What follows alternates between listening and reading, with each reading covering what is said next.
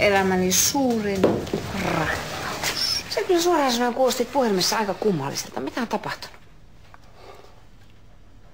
Meinasin tuossa mennä Kalle kanssa naimisiin. Älkääs kysy mikä ihme on saanut. Näyttävä nainen. Joo. Mutta viimeinen niitti oli se. Kun Seppo ja Tanja syytti mua siitä, että mulla ei ole varaa Kalle. Kuule, sinä olet ymmärtänyt väärin. En mä oikein tiedä itsekään. Mutta kun Kalle pesäpallomailla seisoi. Päätit tehdä mitään. Viedä Kalle makuuhuoneeseen yllätysmatkalle. Ja vielä pesäpallomailalla.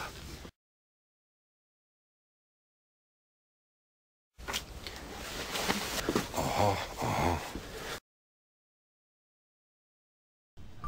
Oi, Ismo sua.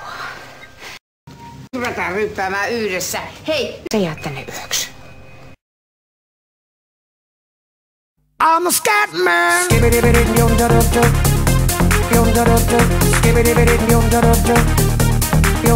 I'm a scat